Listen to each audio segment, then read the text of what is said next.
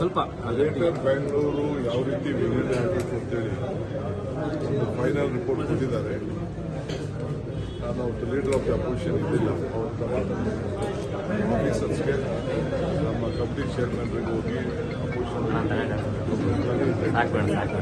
ಅವರು ವಿಶ್ವಾಸ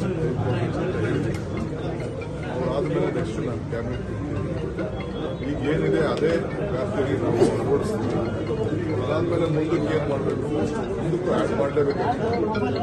ಈಗ ಸದ್ಯಕ್ಕೆ ಎಲ್ಲ ಈಕ್ವಲ್ ಆಗಿ ಮಾಡಿದ್ದಾರೆ. ನೆಕ್ಸ್ಟ್ ಕ್ಯಾಬಿನೆಟ್ ತಂದು ಆದಷ್ಟು ಜಲ್ದಿ ಎಲೆಕ್ಷನ್ ಮಾಡಿ. ಸರ್, ಬಿಬಿಎಂಪಿ ವ್ಯಾಪ್ತಿ ಈಗ ಏನಿದೆಯೋ ಅದೇ ಇರುತ್ತೆ ಅಥವಾ ಹೊಸದಾಗಿ ಸೇರ್ಪಡೆ ಅದೇ ಇರ್ತದೆ.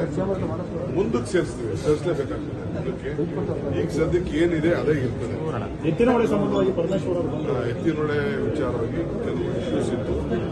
ಅವರ ತಾಲೂಕನ್ನ ಬಿಡಬೇಕು ಅನ್ನೋದು ಹಿಂದೆ ಪ್ರಸ್ತಾವನೆ ಆಗಿತ್ತು. ನಾವು ನೀರು ನಿಲ್ಲಿಸಬೇಕಾದ್ರೆ ಇನ್ನೊಂದು ಸ್ವಲ್ಪ ಏರಿಯಾ ಸಿಗುತ್ತದೆ.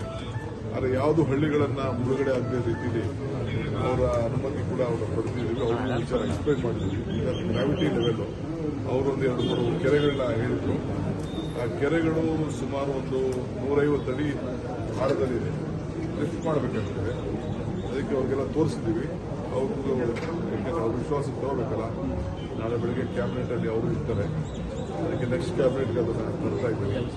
ಸೊ ಅದನ್ನು ಕೂಡ ಅಡ್ಮಿಷನ್ಸ್ ಎಲ್ಲ ಪ್ರಾರಂಭ ಮಾಡಬೇಕಾಗಿದೆ. ಅವ್ರಿಗೂ ನಾವು ಎಕ್ಸ್ಪ್ಲೈನ್ ಮಾಡ್ತೀವಿ. ಅವರು ನಾಳೆ ಅದೇ ಎತ್ತಿನೊಳೆ ವಿಚಾರದಲ್ಲೇ ಅವರು ನಮ್ಮ ಫಾರೆಸ್ಟ್ ಮಿನಿಸ್ಟ್ರು ತುಮಕೂರು ಮತ್ತು ಹಾಸನ ಪರ್ಮಿಷನ್ಸ್ ಕೊಡಬೇಕಾಗಿತ್ತು. ಅದು ಕೊಟ್ಟಿಲ್ಲ. ಟೈಮ್ ಕೊಟ್ಟಿದ್ದಾರೆ. ಅವರು ಫೋನ್ ಮಾತಾಡಿದ್ದೆ. ಆಮೇಲೆ ಜಲಸಂಪನ್ಮೂಲ ಮಿನಿಸ್ಟ್ರು ಅದು ಕೂಡ ಪೋಸ್ಟ್ಪೋನ್ ಆಗಿತ್ತು. ಅವರು ಟೈಮ್ ಅವರಿಬ್ಬರೂ ಭೇಟಿ ಮಾಡಿದ್ದಾರೆ.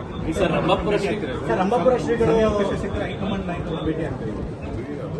ಕಾಂಗ್ರೆಸ್ ಪಾರ್ಟಿಲಿ ಹೋದಾಗ ಅವಕಾಶ ಸಿಕ್ಕಿದ್ರೆ ನಮ್ಮ ದೇವಸ್ಥಾನ ಇದ್ದಂಗೆ ಕೈ ಮುಗಿದು ಗೊತ್ತಾಗ್ತೀವಿ ನಾವು. ರಂಭಾಪುರ ಶ್ರೀಗಳು ನಿಮ್ಮ ಪರವಾಗಿ ಮಾತಾಡಿದ್ದಾರೆ.